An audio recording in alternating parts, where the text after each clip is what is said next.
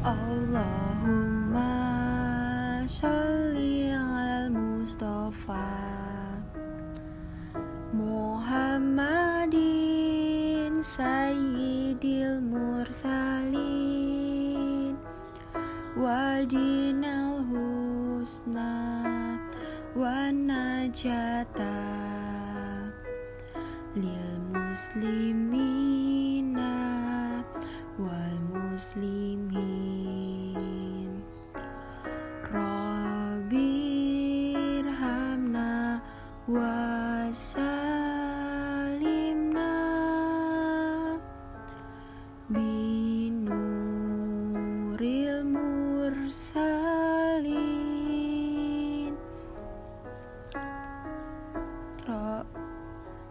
Rabbij'al hadza baladal amina wajnuna min anabudal asnam wa fakina fir dinil rusul lihadratina wa umrona Rabbirhamna wa auzina bisyukril mursalin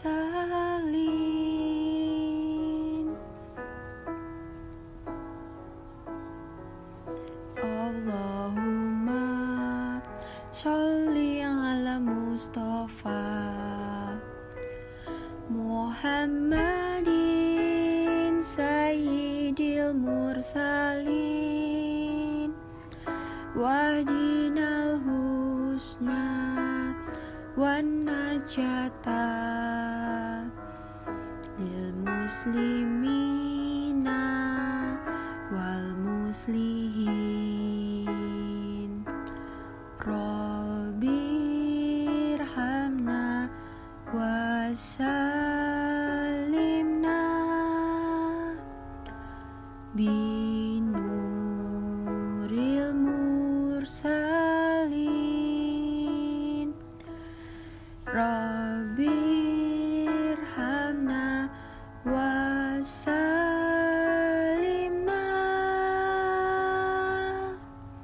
binuril mursalin.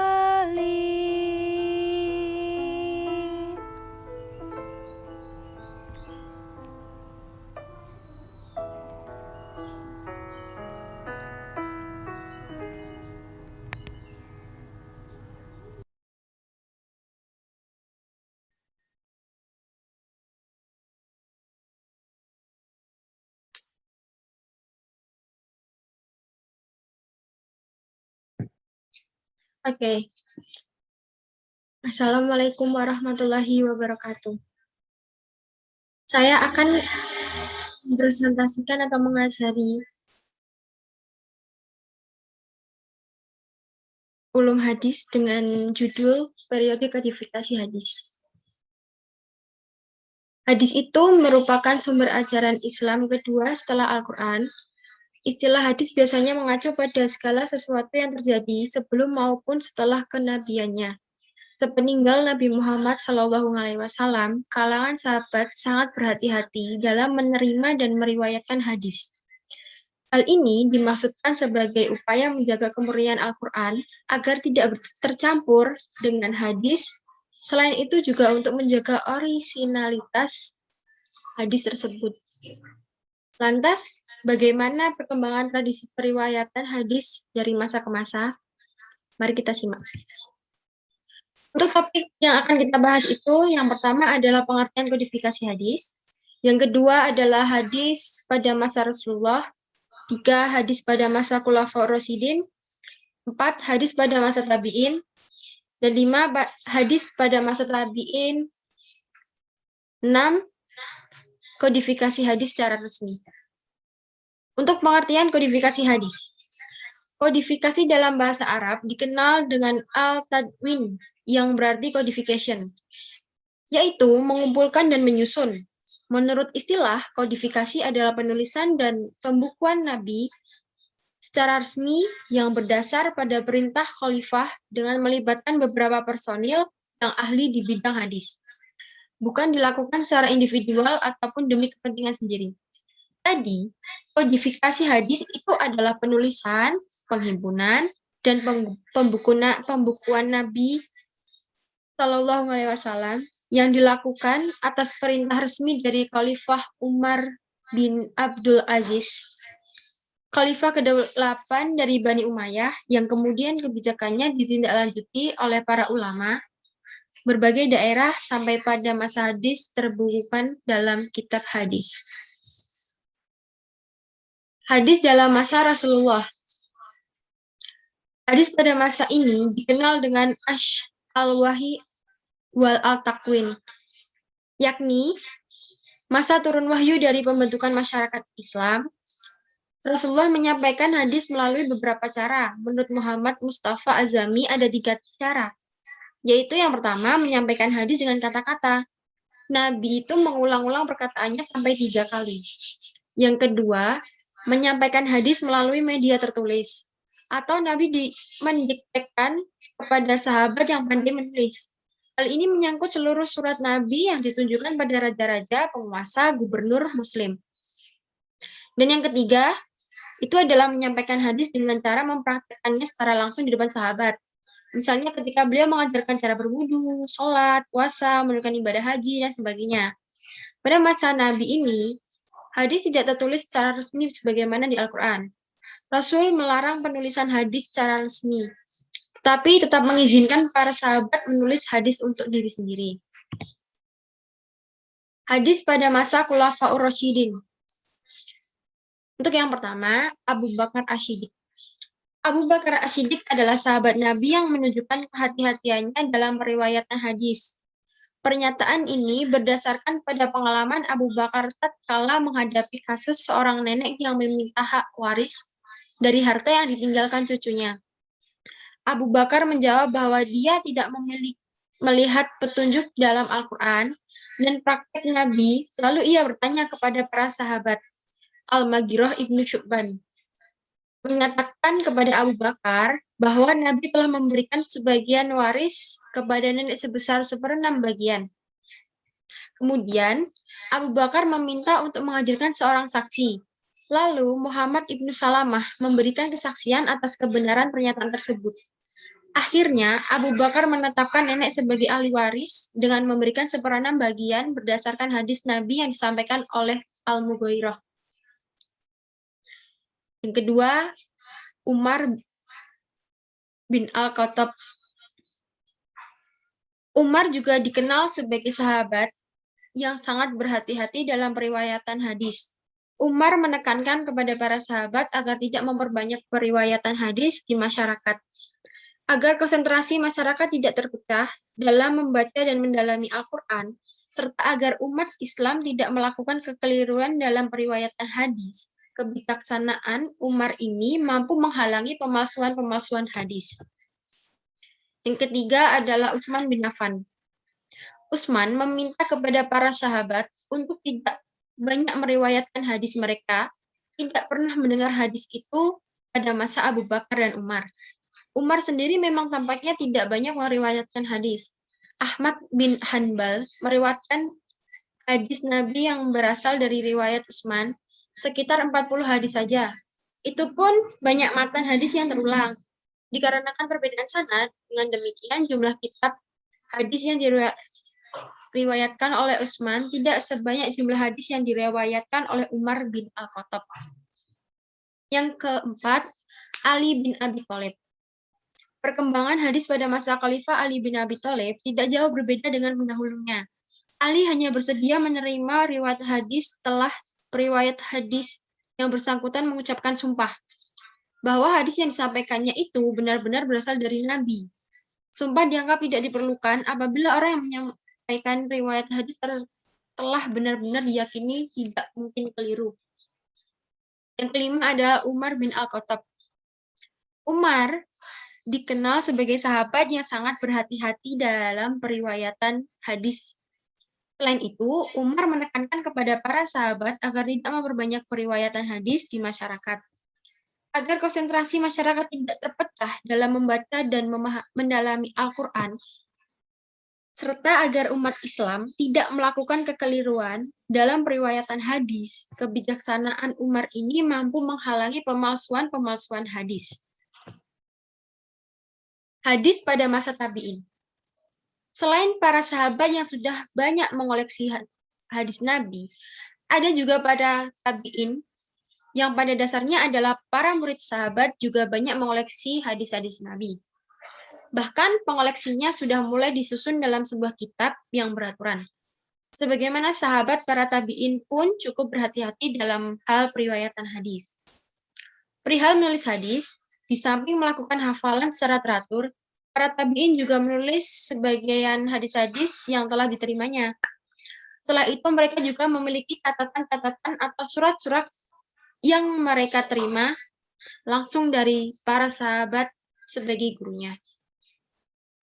Hadis pada masa tabi'in. Periwayatan pada masa tabi'in adalah dengan menggunakan cara bil al-fajzi, yakni dengan cara lafaz. Kodifikasi ini sudah menggunakan metode yang sistematis, yakni dengan mengelompokkan beberapa hadis yang sesuai dengan masing-masing bahasan dalam bidangnya. Walaupun masih ada saja hadis Nabi yang tercampur dengan qaul sahabat dan tabi'in. Selain itu, salah satu sistem periwayatan hadis yang muncul pada masa ini adalah dengan sistem isnad. Maraknya pemalsuan hadis pada akhir masa tabi'in dan masih berlanjut pada masa setelahnya mendorong para ulama untuk meneliti keautentikan hadis yang salah satunya adalah dengan meneliti perawi-perawinya.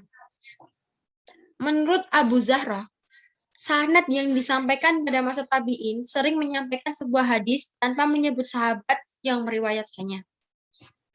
Kodifikasi hadis secara resmi. Pada masa Nabi, lalu masa Al-Khulafaur Rasyidin hingga berakhirnya abad pertama Hijriah, tradisi penulisan serta penyebaran hadis masih bergantung pada hafalan para sahabat, dan tulisan-tulisan pribadi mereka.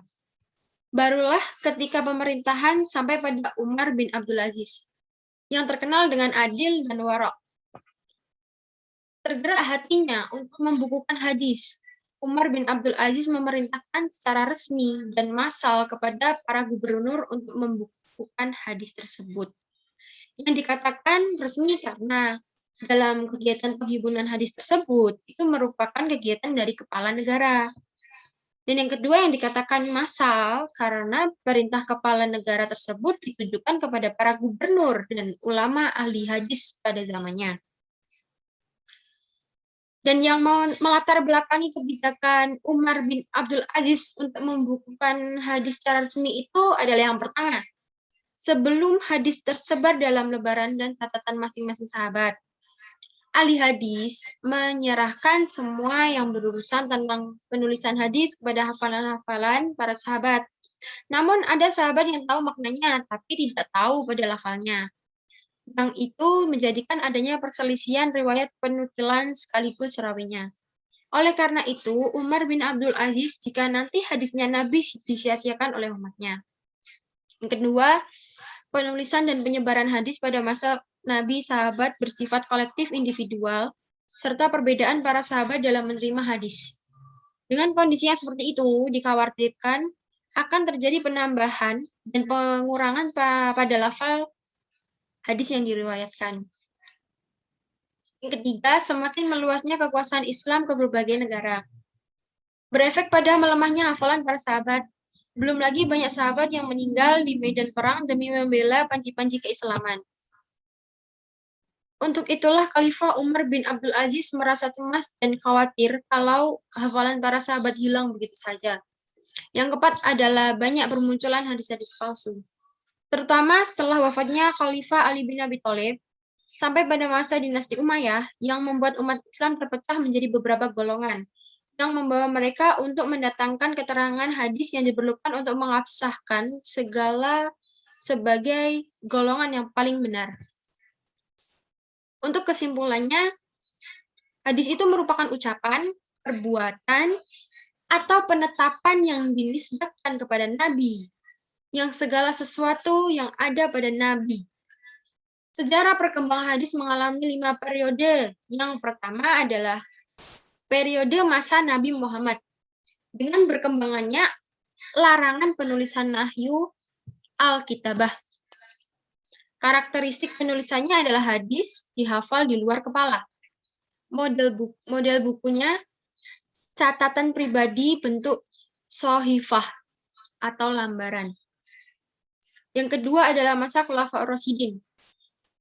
Dengan perkembangan penyederhanaan periwayatan atau taklil ar-riwayat. Dengan karakteristik penulisan disertai sumpah dan saksi pada masa Khulafaur Rasyidin. Model bukunya adalah catatan pribadi dalam bentuk sohifah atau lembaran. Periode yang ketiga adalah masa tabi'in, dengan perkembangan penghimpunan hadis al-jamu'ah wa al-tadwin. Karakteristik penulisan bercampur antara hadis, nabi, dan sahabat serta akwal sahabat. Model bukunya sohifah, musonaf, muwatta, musnad, dan jami. Periode yang keempat adalah masa tabi'in al-tabi'in. Perkembangannya kejayaan kodifikasi hadis atau aza al-usur sunnah. Karakteristik penulisan yaitu filterisasi dari kualifikasi asyar al-jami wa tasyih. Model bukunya adalah musnad, jami, dan sunan. Periode yang kelima adalah masa setelah tabi al-tabi'in atau abad kedua sampai seterusnya. Dengan perkembangan penghimpunan dan penertiban secara sistematik atau al-jam'u wa at-tartib wa at-tanzim. Karakteristik penulisan bereferensi atau murojaah pada buku-buku sebelumnya tetapi lebih sistematik.